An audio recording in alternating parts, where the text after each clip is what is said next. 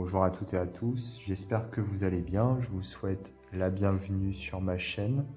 Alors aujourd'hui je suis ravi de vous retrouver pour vous présenter le tarot des éléments, utiliser la symbologie des éléments pour mieux comprendre votre vie. Alors ce jeu il vient tout juste de paraître aux éditions Dervy et il a été créé par Caroline Smith et John Astrop. Alors moi j'adore en fait les jeux de Caroline Smith et de John Astrop. Les éditions Dervy ont traduit assez récemment leurs jeux, puisque ce sont des jeux qui étaient en anglais, qui étaient même très rares, donc le tarot des éléments et notamment l'oracle de la lune et l'oracle du soleil. Donc ces trois jeux en fait étaient donc en anglais, ils étaient devenus très rares, très difficiles à trouver même en anglais. Ils ont été réédités tous les trois en anglais récemment et les éditions Dervy les ont également traduits en français. Donc il y a déjà eu l'oracle de la lune, puis l'oracle du soleil et là nous avons donc le tarot des éléments, donc les trois par les mêmes créateurs. Alors j'ai fait des vidéos pour les deux autres, l'oracle de la lune et l'oracle du soleil. Je vais vous mettre dans le descriptif de cette vidéo les liens vers mes autres vidéos pour les deux autres jeux si vous voulez regarder. N'hésitez pas, ce sont deux jeux absolument sublimes. Et celui-ci aussi, il est remarquable. Alors moi, je suis super content qu'il soit sorti en français. Bon, je l'ai en anglais, j'ai la première version, la première édition en anglais, que j'aime beaucoup. Mais en français, c'est beaucoup plus facile. Donc je suis ravi. En plus, les trois coffrets, donc l'oracle de la lune, l'oracle du soleil et le tarot des éléments, se présentent dans le même style de packaging que j'aime beaucoup. C'est un gros coffret et la particularité, c'est qu'on l'ouvre comme ceci. Donc ça fait un peu comme un tiroir en fait. Et si vous voulez, les deux autres sont dans le même style. Donc ça donne une unité pour les trois jeux. Alors, découvrez les secrets des éléments. L'histoire de l'origine du tarot est controversée. Selon de nombreuses personnes, le tarot s'est développé à partir d'un livre ancien qui contenait l'archétype d'un voyage spirituel parfait. D'autres y voient une extension de l'astrologie et des interprétations célestes. D'autres encore le considèrent seulement comme un jeu qui entretient un rapport étrange avec la vie et ses événements. Le tarot des éléments est la synthèse parfaite de tous ces courants de pensée. Ce jeu exceptionnel aux cartes superbes revivifie des siècles d'idées mystiques et des générations de motifs symboliques. Quelle que soit la façon dont vous choisirez de l'utiliser, sa beauté et son sens vous donneront une conscience accrue de la vie et de ses possibilités. Donc dans ce coffret, nous avons donc les cartes du tarot, il y a donc 78 cartes. Nous avons également un livre de 128 pages. Donc c'est un jeu, moi j'aime beaucoup le style des illustrations. Voilà, pour moi c'est super. Il y a beaucoup de géométrie, vous allez le voir. Et en plus, il y a énormément de symbolisme, énormément de références à différentes cultures. Donc c'est un jeu vraiment complet. Donc ici, nous avons le livre. Et à l'intérieur, nous avons donc les cartes qui sont calées. Hop. Alors, je vais commencer par le livre.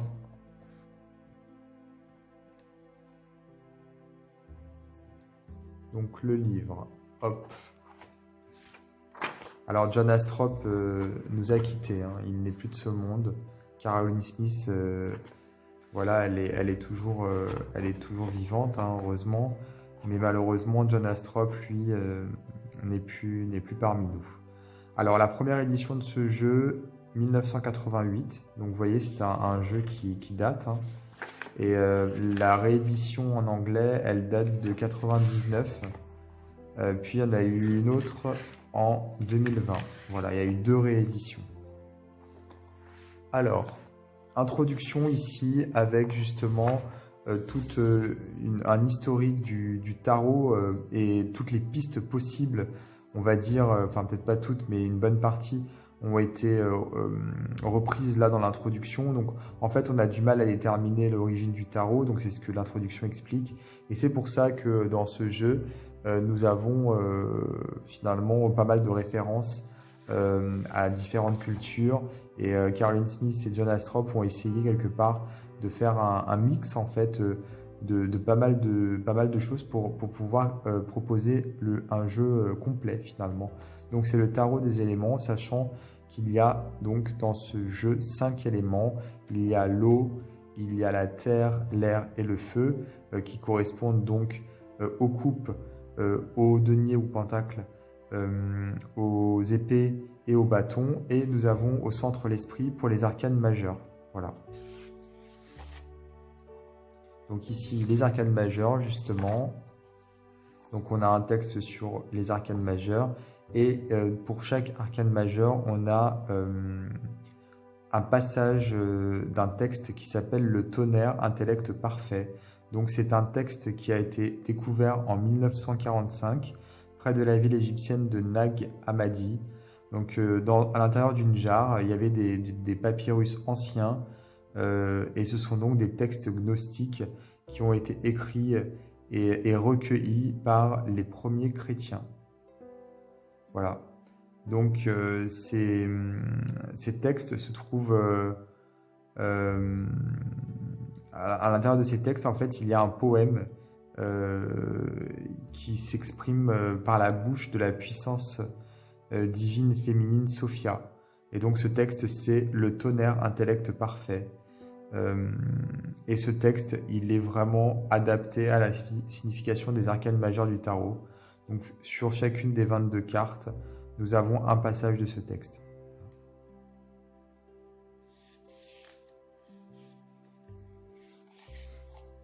Alors, je vais vous montrer avec la carte ici du fou, justement, puisqu'on commence avec le fou.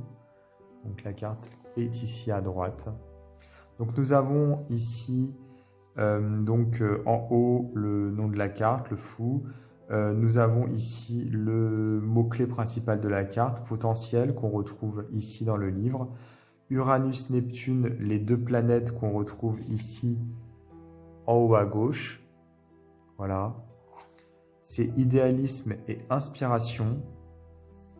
Puis nous avons ici la phrase qui est issue du fameux poème qu'on retrouve aussi directement sur la carte.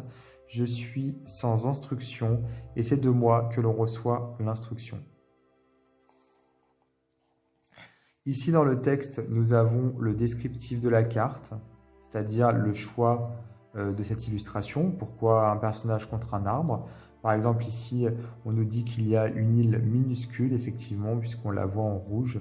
Donc il y a un jeune homme insouciant qui est appuyé contre un grand arbre. L'île symbolise la singularité, la sécurité et l'isolement. L'arbre est la vie et la connaissance. Le tronc est de la même couleur que le garçon, il forme une entité.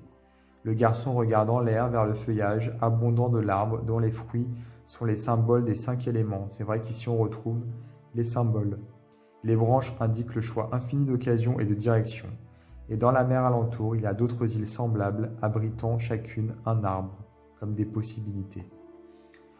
Alors, une lecture, donc ici nous avons l'interprétation de la carte. Voilà, je ne vais pas vous lire puisque c'est un petit peu long, mais en gros ça nous donne finalement le sens de la carte. Donc ici par exemple, c'est une carte qui dit qu'on est à un stade où pour une raison ou pour une autre, les vieilles et habituelles réponses ne fonctionnent plus. Donc on se sent inefficace, voire démuni. Et dans cette position, quelque part, on redevient un enfant. Donc c'est un petit peu comme si le fou nous montrait la faiblesse de l'enfant, mais aussi la force et le potentiel de l'innocence et la possibilité de prendre un nouveau départ. Voilà. Donc la seule façon de progresser, c'est d'être ouvert à tout et de ne rien recevoir avec des idées préconçues. C'est un petit peu comme si on faisait un reset et qu'on cassait les codes en fait. Donc il vous faut donc oublier qui vous connaissez, ce que vous connaissez et donc vous ouvrir à ce qui va advenir. Voilà. Donc ça, c'est ce qui est proposé. Bon, je vous fais un petit résumé, on va dire, parce qu'il y a plus de choses dans le texte.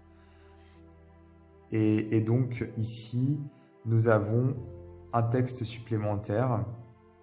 Donc j'ai pris la décision de repartir de zéro. Je suis ouvert aux nouvelles possibilités que je n'ai pas encore explorées en moi. Je sais que je veux faire quelque chose, mais je ne sais pas encore ce que c'est. C'est un petit peu une phrase d'affirmation, voilà.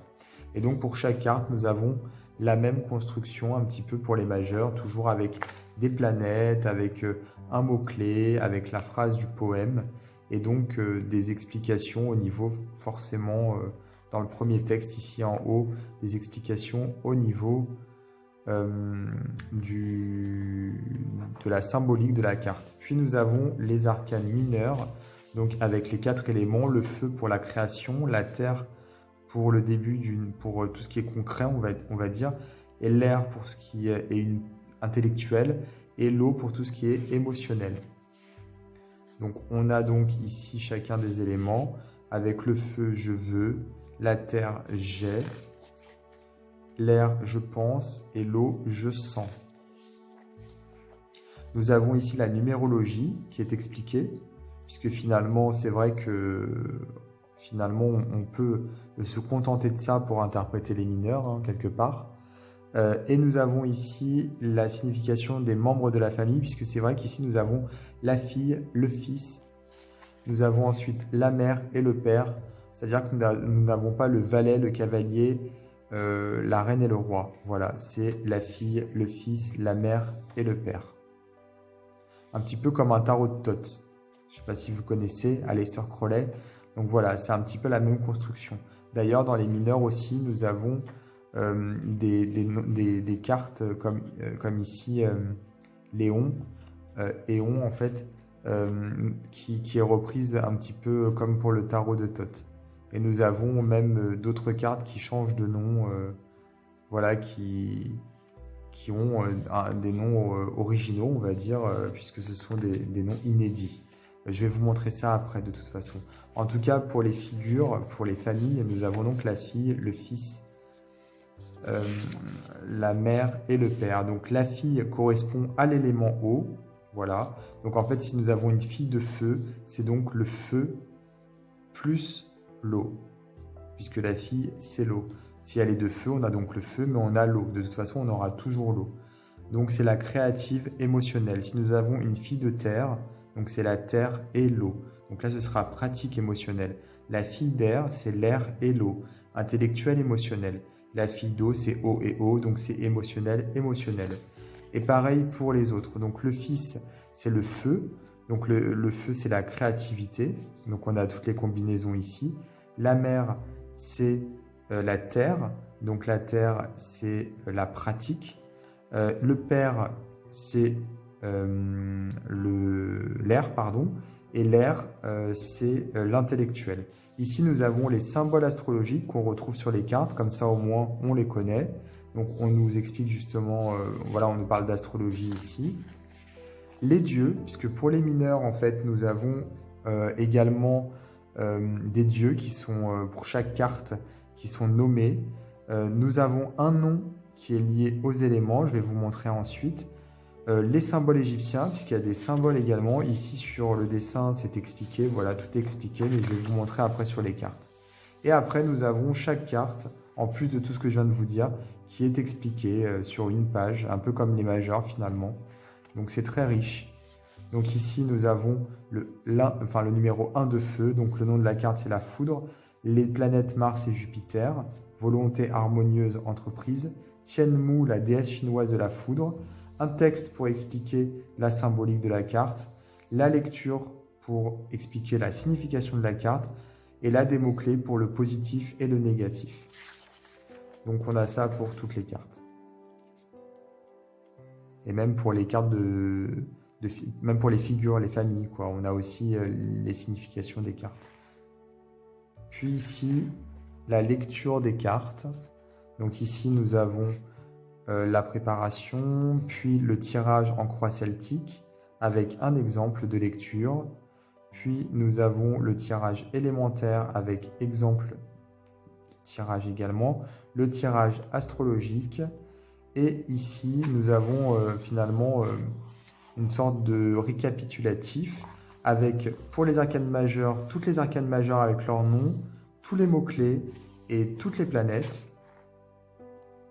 Nous avons pour les arcanes mineures le nom des cartes, les mots-clés et les planètes. également. Nous avons ici ensuite la signification de tous les hiéroglyphes, pardon. Donc ça permet finalement de voir ce que signifient les hiéroglyphes sur les cartes. Et voilà, voilà, mais c'est déjà plus que complet, c'est très très riche comme je vous disais. Il y a beaucoup de boulot, hein, ça se voit, et puis en plus le texte est très bien écrit.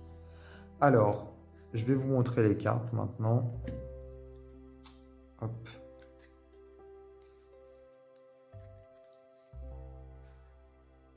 Les cartes, les voici.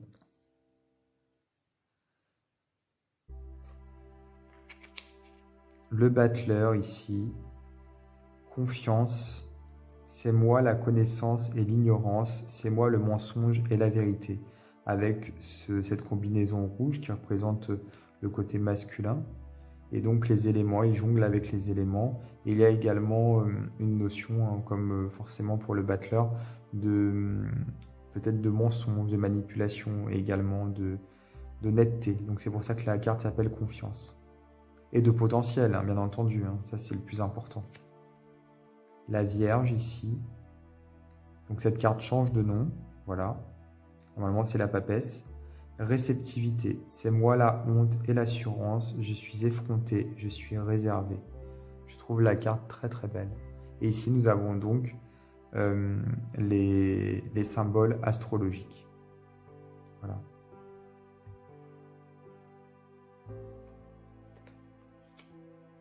L'impératrice, la mère, c'est moi la prostituée et la vénérable, c'est moi la femme et la vierge. Ici l'empereur. J'aime beaucoup le style de dessin puisque je trouve que c'est très géométrique. Ça me fait penser presque à des anciens dessins, comment dire,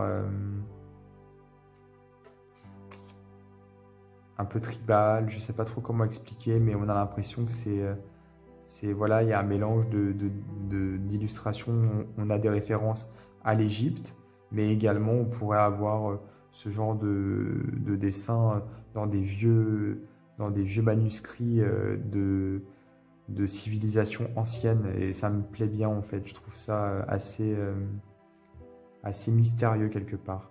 Donc ici nous avons victoire pour le chariot, ambition, je suis compatissant et je suis impitoyable, c'est moi qui suis glorifié et qui suis dédaigné. La force.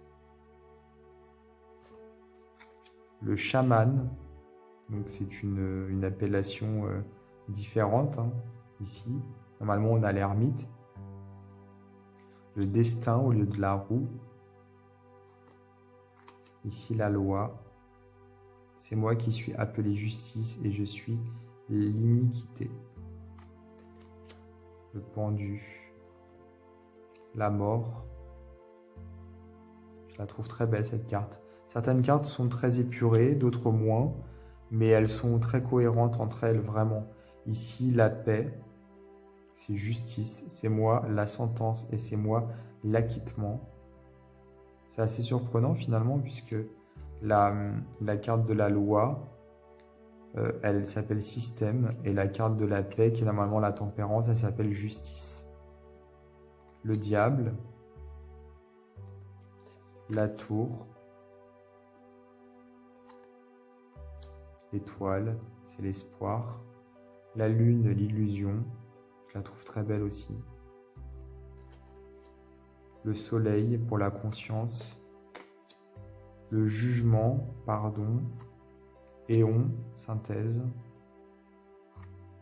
Et en bas, je ne vous ai pas dit, mais il y a l'œuf, en fait, c'est l'esprit, c'est le 5e élément, pour toutes les cartes majeures. Voilà. Puis ici, nous passons à l'eau. Donc l'un d'eau, le numéro 1 d'eau. Donc c'est la fontaine. Donc ça, c'est le nom de la carte qui permet d'avoir une indication supplémentaire qui aide à la signification. Nous avons ici le dieu. Donc ici, c'est le dieu Sin, dieu lune babylonien, pardon. Ici, nous avons encore une fois l'astrologie, donc la lune et Mars. Et ici, nous avons des symboles, des hiéroglyphes égyptiens. Je ne pourrais pas vous dire ce que c'est, il faudrait que je regarde sur sur le petit tableau qui est dans le livre.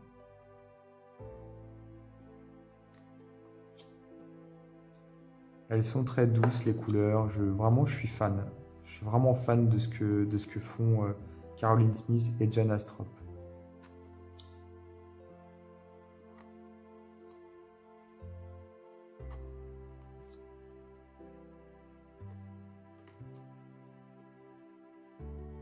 C'est Gaïa, la déesse mère grecque.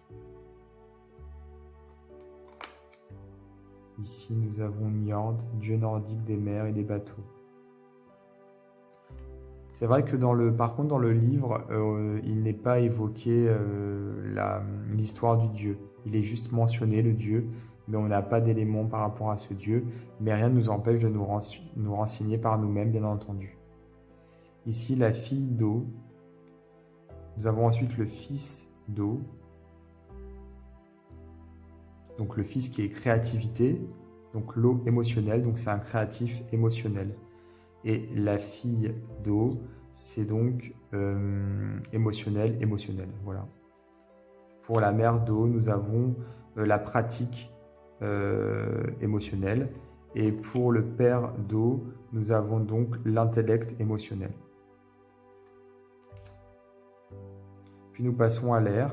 On voit ici, et puis en plus on change de couleur également. Hein. Voilà, vous voyez ici même au niveau de la bordure. Donc le symbole en bas, plus la couleur.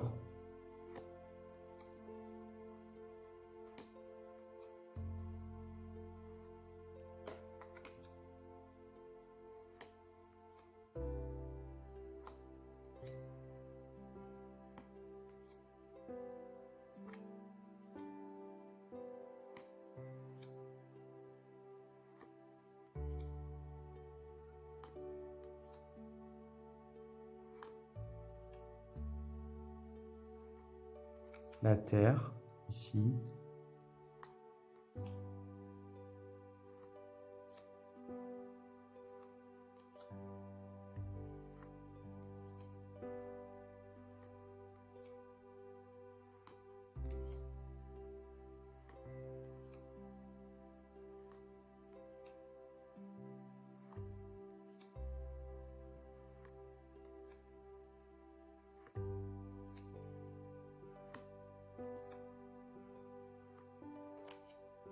Et enfin, nous avons le feu.